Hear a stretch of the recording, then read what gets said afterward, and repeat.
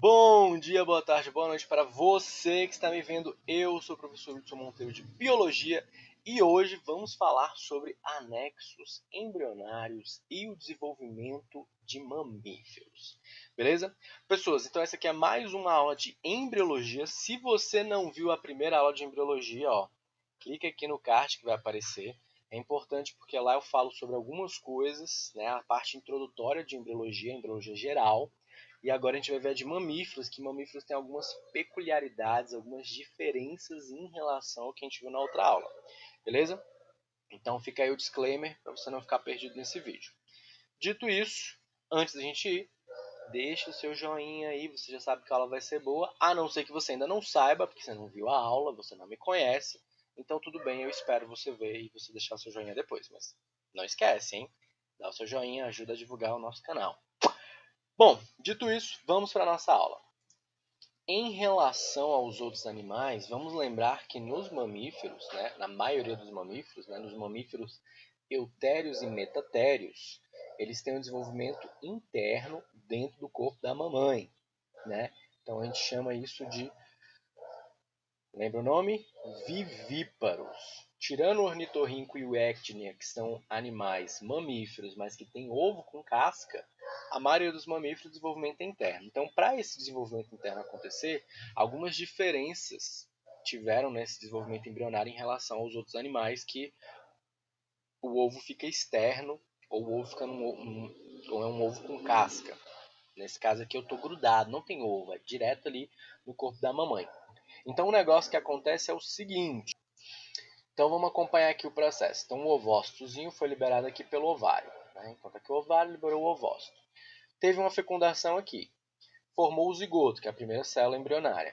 Esse zigoto ele vai continuar o caminho dele. Então ele vai vindo, vai tendo as divisões celulares, ele segue o caminho dele, porque a fixação, a gravidez, só começa quando ele consegue se fixar lá no útero. E o útero é o local onde ele deve se fixar, né? A gente chama isso de fixação, né? Ou nidação, que é quando ele consegue se fixar corretamente lá no útero. Pode até ter um sanguezinho que sai, né? Que algumas pessoas confundem, né, em humanos, confundem com a menstruação, mas é um volume de sangue bem fininho, a cor é bem mais discreta, bem diferente de uma menstruação, que na menstruação não é só sangue, você também tem células ali do seu útero.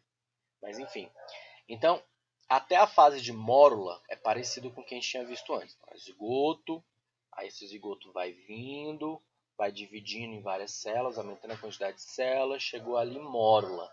Quando ele chegaria na fase de blástula, já temos uma diferença. Primeiro porque esse ovócito aqui, ele está envolto por uma camada chamada de zona pelúcida, né? Então, o espermatozoide ele vai ter que, inclusive, passar dessa zona pelúcida para conseguir fazer a fecundação. A blástula em mamíferos ela tem um outro nome, é chamado de blastocisto, porque ela tem, primeiro, o ovócito, ele tem essa camada externa, e eventualmente ele vai ter que abandonar essa camada, né, essa zona pelúcida, para poder se fixar.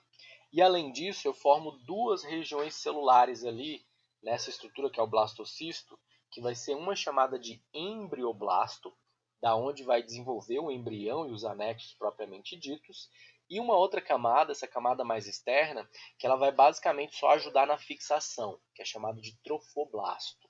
É um nome feio, mas é isso. Então, olha só. A estrutura de um blastocisto, então, está aqui o embrioblasto, que é um maciço de células que vai dar origem ao embrião e os anexos. A zona pelúcida, que estava presente lá no ovócito ainda, tá? Ainda está aqui. A blastocele, né, que é aquela cavidade equivalente da blástula, e essa célula externa que é chamada de trofoblasto. O que esse trofoblasto vai fazer? Ele vai ajudar na fixação. Então aqui um esqueminha para a gente ver o que cada coisa vai virar. Então do blastocisto, o embrioblasto, de uma região dele, eu vou ter ali, né, os tecidos normais que a gente tinha visto na outra aula. Ectoderme, endoderme, mesoderme. E ele também vai me ajudar a formar algumas estruturas externas, né, tecidos extraembrionários. Já o trofoblasto, né, basicamente o que ele vai fazer, ele vai se transformando para fazer uma fixação ali, né? Então vai virar um citotrofoblasto, depois vira um sinciciotrofoblasto. Tudo isso é basicamente ele está enraizando ali no útero, criando esse vínculo físico entre embrião e o corpo materno, porque agora ele vai depender desse vínculo para poder se desenvolver. Esses embriões de mamíferos são embriões que têm pouquíssimo vitelo, aquela substância nutritiva. Então eles dependem disso para criar esse vínculo físico com a mãe, porque é daí que vai vir a nutrição desse embrião. Se eu tiver qualquer problema nessa fixação, eu não tenho nenhuma gravidez. Alguns países vão chamar já de aborto, e não, enfim, depende da legislação, mas se o embrião não conseguir nem se fixar, não tem gravidez, então ele vai embora. Né? A gente tem alguns dados que estimam que mulheres sexualmente ativas têm várias vezes isso acontecendo sem ela nem saber, que foram fecundações que aconteceram, mas o embrião não conseguiu se fixar. Então ela nem teve uma gravidez, nem chegou a esse estágio porque não teve a fixação. E quem participa desse processo são essas células aí do trofoblasto que vão se desenvolvendo para fazer essa fixação ali no útero. Beleza? Bom, aí eu falei de anexos embrionários, vamos recapitular o que são anexos embrionários, né? Então eles estão presentes somente em répteis, aves e mamíferos. Eles são estruturas. Então os anexos embrionários são essas estruturas que estão anexas ao embrião, né, o nome, né? Então elas não fazem parte do embrião, elas estão por fora, ajudando ele em alguma coisa. Então isso só acontece em répteis, aves e mamíferos, tá? Sendo que répteis que são os animais que a gente chama de amniotas, que tem esses anexos embrionários, inclusive o âmnion, né, a famosa bolsa amniótica, ela é um anexo embrionário, né, então está revestindo esse embrião. Isso acontece porque nos animais que tiveram um ovo com casca, né, pelo fato de ter uma casca rígida que separa o meio externo, então eu preciso de anexos para poder fazer as trocas gasosas, para poder ter os nutrientes, passar para o embrião, acumular as excretas, porque se ele tivesse na água, que nem ovo de sapo, fica na água. Pela água ele vai liberando, vai tendo difusão com a água, então vai eliminando as trocas gasosas, as substâncias que ele vai produzindo, vai pegando ali o oxigênio. Num ovo com casca, não, tá tudo limitado ali, então ele tem que ter algum mecanismo de gerenciamento do embrião para ele se desenvolver ali dentro. Para isso que tem esses anexos, né? Então a gente tem 4 anexos embrionários aí. O córium, que é uma membrana que vai é o mais externo de todos. Ele reveste todo o embrião ali e os outros anexos embrionários. Ele ajuda na fixação, né? No caso dos mamíferos, na parede uterina. Se for no ovo, ele está ali, é o mais externo que faz a fixação do embrião com a própria estrutura do ovo.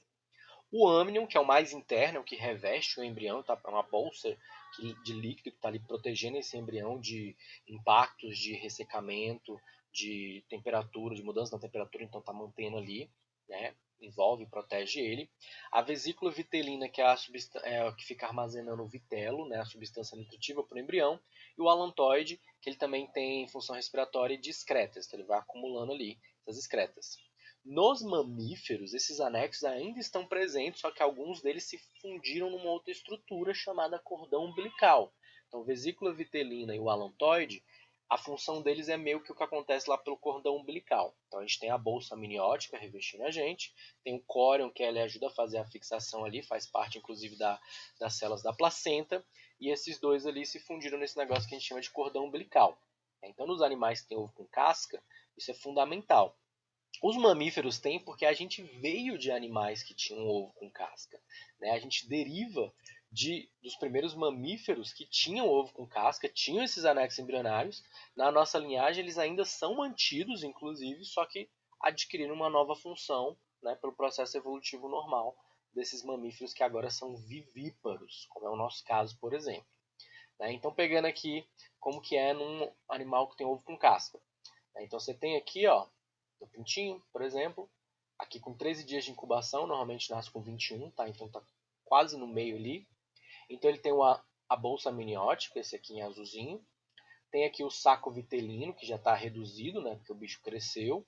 Você tem aqui o alantoide e o córeo, ó, o mais externo aqui, ó, envolvendo os outros. Beleza? Então, à medida que ele vai crescendo, diminui o vitelo, aumenta o tamanho dele e vai acumulando aqui as excretas no alantoide. Okay? Olha um comparativo entre répteis, aves e mamíferos. Né? Então a gente tem os mesmos anexos. Ó, o córium, só que agora ele está aqui revestindo e ajuda na fixação da placenta. O âmnion continua aqui, a bolsa amniótica, na gente inclusive até maiorzinha para proteger mais ainda esse embrião ali dentro. Fora que a gente agora está dentro do corpo da mamãe, a gente não tem mais uma limitação tão grande de espaço que nem no ovo com casca. né? O vitelo e o alontoide, eles estão aqui, ó, a função deles está mantida pela essa estrutura cordão umbilical, que faz as trocas gasosas, que recebe os nutrientes da mamãe, né, e passa para o embrião. E o córion faz parte aqui das células que fazem a fixação, inclusive que ajuda na formação da placenta, né, que é o que acontece nos mamíferos, que tem essa fixação dentro da mamãe. A gente chama de mamíferos placentários, que é o nosso caso, inclusive. Beleza? Feito isso, vamos voltar aqui para como que é em humanos. Então, como eu tinha dito, em humanos tem essas diferenças. Então, esse ovócito secundário, rola a fecundação ali, o espermatozoide consegue chegar até ali, formou o zigoto. Esse zigoto vai se dividindo, forma uma mórula. Essa mórula continua a divisão celular. Quando chega aqui na cavidade uterina, já está no equivalente à blástula, só que aqui é um blastocisto. Ele vai ter que abandonar essa camada, né, a zona pelúcida aqui, para conseguir fazer a fixação, que a gente chama de nidação, que é a aderência dele na cavidade uterina. E aí o que vai acontecer? Ó, ele vai digerir a zona pelúcida, as células do trofoblasto então vão sair e vão começar a fixar lá na parede uterina e vão literalmente se enraizando. Então esse trofoblasto vai virar um citotrofoblasto, depois um sinciciotrofoblasto, que é o que vai pegar ali os vasos sanguíneos e começar a nutrição e começar a liberar hormônio, inclusive, para começar as mudanças corporais, né, na mãe, para indicar que teve uma fecundação e que agora a atividade metabólica vai ter que mudar em prol desse embrião. E ao mesmo tempo o embrião está fazendo isso para poder comunicar para o corpo, dizendo, olha, não sou um parasita. Eu estou sugando seus nutrientes tal como um parasita, porém não sou um. Então existe uma comunicação ali, uma tentativa de estabelecer um equilíbrio. Inclusive, pode acontecer das células de defesa atacarem e inviabilizar essa gestação também. Tá? Então é um ajuste químico metabólico aí que acontece. Por isso que tem que ter essa fixação, por isso que tem que acontecer tudo certinho, para poder ter essa fixação correta. Né? Então isso acontece ali por volta de 8 dias, mais ou menos, depois da fecundação. Né? Então, por isso que geralmente quando você vai fazer em humanos, né? Vai fazer um teste de gravidez, é coisa ali de 2 semanas para poder ter uma ideia normal. Porque pode ser que você fez o teste e deu negativo simplesmente porque ainda não teve esse evento. Já teve a fecundação, só que ainda não teve isso daqui. Por isso que o intervalo do teste é ali por volta de 2 semanas para você poder detectar. Aí o que acontece? Essa estrutura vai desenvolvendo, né? Então já virou um sinciotrofoblasto, que ele vai catar ali os vasos sanguíneos e agora fazer a nutrição externa. Não tem mistura do sangue da mãe com o embrião. Então ele faz essa primeira lacuna aqui, capta os nutrientes e passa para o embrião. O sangue não vai para lá. Então não tem mistura do sangue da mãe com o do embrião. Mas ele precisou pegar o sangue para pegar os nutrientes e passar. E nisso, né, que vai começando aquelas cólicas que dão, pode ter um sangramento, né, porque ele teve literalmente ele cavou ali na sua cavidade uterina, então pode ter um escape de sangue que é interpretado, como eu tinha comentado, erroneamente como se fosse uma menstruação sem ser. Né? Então é uma nidação, que é esse processo de implementação ali na parede do útero. Uma gravidez ela é normal quando essa nidação acontece lá no útero. Quando é em qualquer outro lugar que não seja o útero, a gente chama isso de gravidez ectópica. Então, na maioria das vezes que não é no útero, é lá pela tuba mesmo, né? Lá na tuba uterina. Nesses casos, a gestação é possível dependendo do local. Né? Se for uma implementação mais aqui, para o final da tuba, né, próximo aqui da região do útero, beleza, até funciona. Se for bem por aqui, aí já é complicado, tem que fazer cirurgia, às vezes é inviável, inclusive, a gestação, então é um problemão, né, nesse caso aqui. Porque o local normal é ficar aqui no útero. Existem relatos médicos de que o embrião ele se formou bem aqui no comecinho e esse tecido entre o ovário e a tuba uterina, esse tecido aqui inicial, é um tecido meio frouxo. Então o embrião teve alguns casos médicos que o embrião conseguiu passar por aqui, né? E se você pensar anatomicamente, o seu útero está bem próximo dos intestinos. Os intestinos estão logo ali do lado. Então teve casos de embriões que até se fixaram no intestino e ficaram por lá e foram calcificados. Então alguns que começaram a desenvolver, que conseguiu fixar e começou a desenvolver, e começou a ter muita dor, e quando foi ver tinha um embrião desenvolvendo ali. Enfim, mas isso não é usual. O usual é que aconteça aqui, lá, na sua cavidade uterina, beleza? Esse é o usual. E a gente tem esse hormônio aqui, a gonadrofina coriônica, que ele é secretado pelo córeo embrionário, né? Então lembra aquele anexo embrionário mais externo, que ajuda na fixação? Então, ele secreta esse hormônio que estimula a manutenção da progesterona e estrógeno, né? Que lá no ciclo menstrual são os hormônios que faziam a manutenção da sua parede uterina. No final do ciclo menstrual, se não tem fecundação, esses hormônios caem, por isso que você tem a descamação do útero e sangra e tem a menstruação. Ele impede justamente que isso aconteça, para dizer, ó, útero, continua grossinho porque eu vou precisar que você continue grossinho porque eu estou fixando aqui. E como ele é mandado para o sangue, né, depois que ele faz isso, todo que é excesso no nosso corpo, né, que está pelo sangue, vai ser filtrado nos rins, eliminado na urina, por isso você tem o teste de gravidez de urina, que é para detectar a presença desse hormônio especificamente, né, a gonadofina coriônica, beleza? O teste de gravidez ele é sensibilizado, né, aquele da urina, é um papelzinho que tem reage na presença desse hormônio para dizer ali se tem ou se não tem. Um teste mais preciso seria de sangue, né? Por isso que o exame de sangue é mais preciso, porque ele vai medir a quantidade também e dá até para estimar um pouquinho ali a data, né, da idade fetal. Não é uma estimativa muito boa, tá? Mas ele pelo menos te dá uma noção se isso aconteceu um pouquinho mais recente, já tem algum tempinho. Beleza? Mas para ter a idade fetal mesmo, eu preciso fazer um ultrassom, uma transvaginal para poder medir ali o tamanhozinho do embrião, para poder ter a estimativa da idade gestacional propriamente dita. Beleza? Bom, placenta é esse órgão que é formado somente durante a gestação. Você sabia disso? A placenta, ninguém nasce com uma placenta dentro de si. A placenta ela só é formada junto com células da mãe e células do embrião para poder fazer essa comunicação. É um órgão de intermédio entre o embrião e o corpo materno. Então é na placenta que eu vou ter vasos sanguíneos da mãe que vão ali banhar os tecidos ao redor e aí por difusão esses nutrientes, essas excretas, esses gases vão passar para o sangue do bebê. Então de novo, não tem mistura de sangue, né? Você tem uma lacuna que o sangue da mãe entra ali e próximo, sem entrar em contato, você tem um espaço, passa ali as células, os vasos que estão vindo lá pelo cordão umbilical, se ramificam ali próximo dessa lacuna e só por difusão que esses nutrientes passam para a corrente sanguínea do embrião. Então não tem essa mistura. Então o que vai passar vai ser gases, então oxigênio, passa para cá, gás carbônico que o bebê produziu, joga para lá. Então quem está respirando pelo embrião é a mãe. O oxigênio que ela respirou e o gás carbônico que ela liberou, ela está fazendo isso pelo embrião, porque o embrião está lá dentro do meio aquoso, né? Lembra que ele está lá na bolsa amniótica. Ele está ali no meio de água.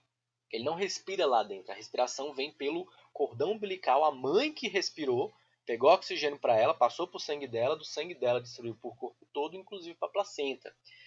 Aí esse oxigênio nas células do bebê vai gerar gás carbônico, né? O CO2. Ele também não libera ali.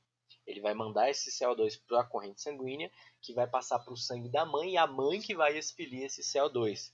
Os rins dele não vão fazer a filtração, que vai fazer é o da mãe. Então todas as excretas metabólicas que são feitas passam aí para o sangue da mãe e a mãe é que vai. Por isso que o corpo da mãe trabalha, né? As pessoas falam, trabalha 2 vezes. Não é exatamente 2, porque o embrião ainda é pequenininho e até ele se desenvolver não é o equivalente a uma pessoa inteira, né? Mas realmente tem um excesso. Então toda a nutrição do embrião vem da mãe, o que a mãe comeu, passou para o sangue dela, passou para o embrião.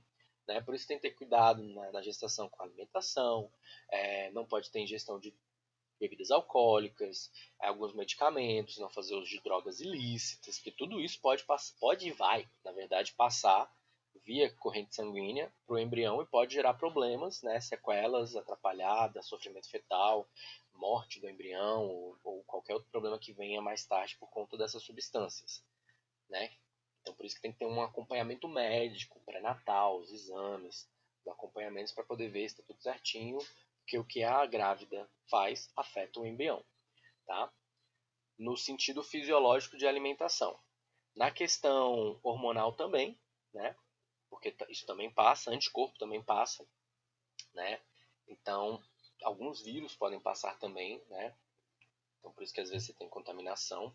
Se a mãe tiver uma infecção viral, às vezes pode passar via placenta para o embrião. Normalmente você tem barreiras aí para isso, mas pode acontecer. Então, a placenta ela é fundamental. Só que a placenta ela fica grudada no útero, né? Então, quando você tem aqui a formação do embrião, ó, esse aqui é um embriãozinho de mais ou menos uns 3 meses. Ó.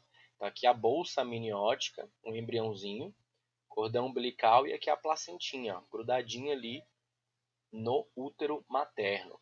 Inclusive, depois que o bebê nasce, a placenta nasce junto, tá? O parto só termina oficialmente quando a placenta também é parida. Aqui é uma tabelinha só de referência para humanos, né? Pra você ter uma noção. A gente mede gravidez em humanos por semana, tá? Dá quase 9 meses. Na verdade, se tu for contar certinho, passa um pouco de 9, vai de 9 para 10, tá?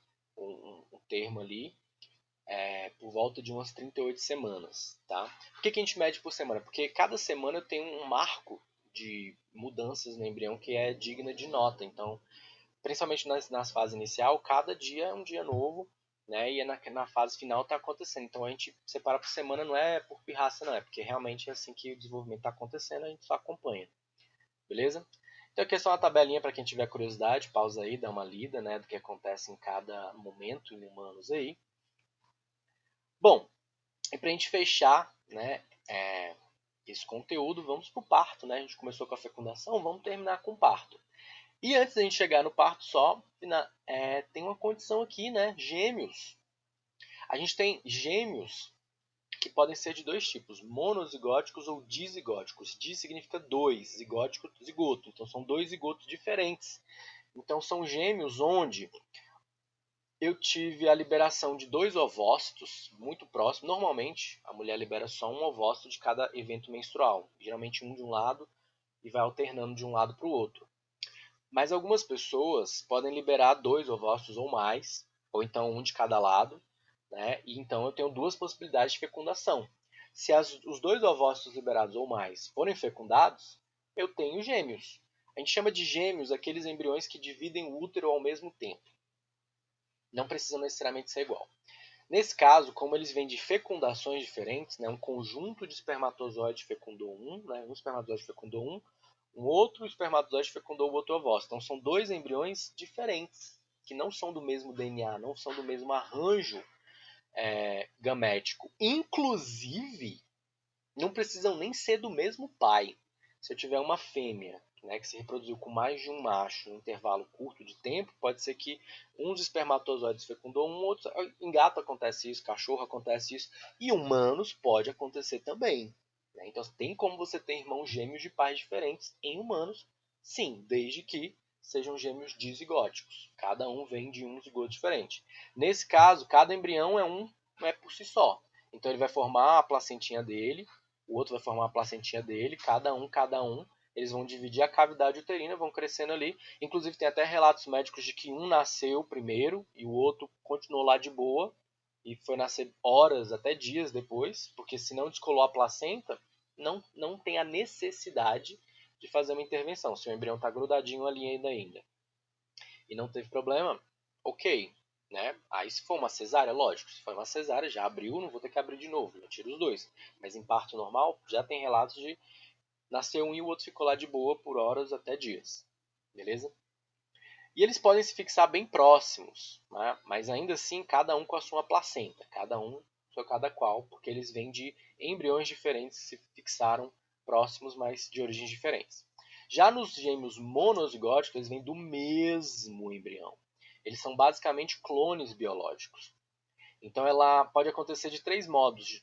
Pode ser ali uma mórula que já se dividiu em dois blastocistos, ou pode ser um blastocisto que, né, quando está fazendo a fecundação, a fecundação não, a fixação, ele se dividiu em duas estruturas, ou pode ser, né, o caso mais raro e que geralmente pode acontecer de ter aquele caso de gêmeos siameses, que é quando eles são grudados por alguma porção, é quando o embrioblasto já está na fase tardia que se dividiu em dois.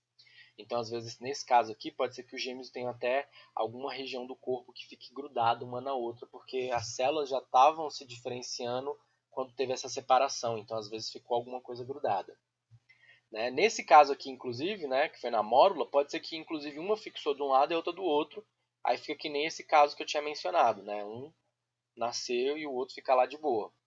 Nesse caso aqui, quando eles estão muito próximos, eles dividem a mesma placenta, então é uma placenta única, porque eles são o mesmo embrião, que se desenvolveu em duas estruturas, então a placenta é a mesma. Então, nesse caso aqui, fica inviável se a placenta descolar afeta os dois. Nesse caso aqui, pode ser inclusive que tem algum problema na gestação e esse aqui, infelizmente, morra, mas o outro continue viável. Né? Em mamíferos, de modo geral, inclusive humanos, isso pode acontecer. Já nesse caso, quando eles têm a mesma placenta, né? Se der um problema na placenta, afeta os dois, igualmente. E nesse caso aqui, como eu falei, como a divisão celular é tardia, pode ser que tenha algum problema relacionado, tá? Então, para a gente fechar, o parto, o nascimento de mamíferos aí, focando em humano. Então, é mais ou menos ali por volta de 40 semanas, 38, né, para 40, até 42 ainda é considerado normal, depois de 42 aí já, né? Eu nasci de 41 semanas e 5 dias, quase no prazo final. Minha filha nasceu de 41 semanas e 3, puxou o pai, não queria sair não. Né? Mas tem casos que nascem ali com 38, se nasce antes de 38 ali, né, 37, 36, menos que isso já é considerado prematuro, né? Porque essa última fase, esse último sprint final aí das 30 semanas até o parto, ainda tem coisas desenvolvendo, o pulmão ainda não está na posição certa, o tamanho ainda não está muito bom, né? Mas um embriãozinho ali, um bebezinho que já está prestes a nascer em humanos, ele tem uma média ali de uns 50 centímetros, minha filha nasceu com 46, um peso ali que varia de 3 quilos a 3,5 kg, minha filha fez 3 quilos 165 gramas, eu lembro, eu estava lá. Eu cortei a placenta, inclusive. Então, após a expulsão do feto, do bebê, o útero ainda vai expelir a placenta, então vai ter as contrações para eliminar a placenta. Então, o parto só termina quando a placenta nasce. Né? Isso num parto normal. Se for numa cesariana, né, então vai fazer o corte ali, remove o bebê e descola a placenta, se ela ainda estiver colada, né, remove a placenta também. Né? Só em alguns casos muito específicos é que a placenta é deixada lá, né? A não ser que seja erro médico, mas existem algumas indicações que deixa a placenta ali, né? Corta o cordão umbilical, mas deixa a placenta ali porque às vezes se puxar vai sangrar, ou então não teve um descolamento completo. Tem algumas condições que você deixa ali, aí a mulher vai entrar num trabalho de parto depois, mas bem menor do que o do bebê e vai conseguir expelir naturalmente essa placenta. Mas no processo normal, tem as contrações para eliminar o bebê, depois as contrações para eliminar a placenta. Normalmente as mulheres nem percebem essas contrações, porque já passou o bebê, já veio a dose de endorfina, né, de ocitocina, já está ali num outro mundo, né, do nascimento, que é um processo, né, pode demorar, especialmente se for natural. Mas o corpo tem um sistema de recompensa também. Né? Então, o parto natural ele tem uma série de vantagens em relação à cesariana, porque o corpo ele percebe o que aconteceu, então ele dá umas recompensas hormonais, então gera ocitocina que vai ajudar na liberação do leite e que vai criar o vínculo materno. Então, é recomendável que o bebê nasça, já venha pro colo da mãe. Se possível, bota aqui para ele já dar a primeira sugada, que vai sair o colostro, que é uma substância extremamente nutritiva para o bebê, que não é leite ainda, é uma outra coisa, uma bomba calórica de hormônios e outras coisas. Enfim, enquanto que na cesariana é uma opção que você pode fazer, né? Hoje em dia você opta qual tipo de parto você quer, mas na cesariana você não tem essas mesmas vantagens fisiológicas que o parto natural faz. Fora que ainda tem a recuperação da cirurgia, normalmente no parto normal, se tudo ocorreu tranquilamente, às vezes no mesmo dia tem alta, né? Ou então no dia seguinte, a pessoa já consegue andar, fazer tudo certinho, e o corpo vai retornando, né, ao estágio antes. O bebê demora alguns meses para voltar, o útero vai reduzir, né, porque ele aumentou mais de 1000 vezes, então ele vai reduzir e tal. Enquanto que na cesariana, porque foi um processo artificial, o corpo às vezes demora um pouquinho mais, pode ter algumas questões hormonais, né? Infelizmente tem um risco de maior de depressão pós-parto no caso de cesárea, porque não teve a liberação desses hormônios e por aí vai. Mas chegamos aí, nasce o bebê, nasce a placenta, fechamos, começamos com a fecundação, terminamos com o nascimento. E é isso, pessoas. Espero que essa aula tenha sido proveitosa para vocês. Lembrando que essa é a aula 2. A gente falou da primeira aula de embriologia geral e essa aqui foi focada em mamíferos. E aí o enfoque final foi em humanos para falar dessa questão de parto. Tá bom? Então, vamos ficando por aqui. Se você gostou desse conteúdo, agora sim, você pode dar seu joinha. Você já viu, então você já tem como julgar.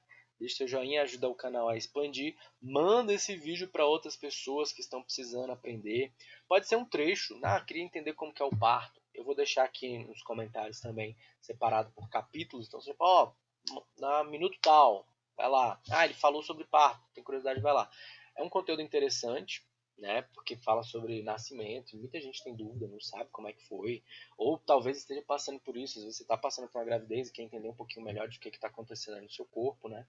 O vídeo não foi tanto sobre isso, mas serve também como pelo menos introdução para você até pesquisar depois. Várias coisas que eu citei aqui que seriam interessantes para quem está gestante, ou para quem planeja ser gestante, ou para quem não planeja, mas gostaria de saber também.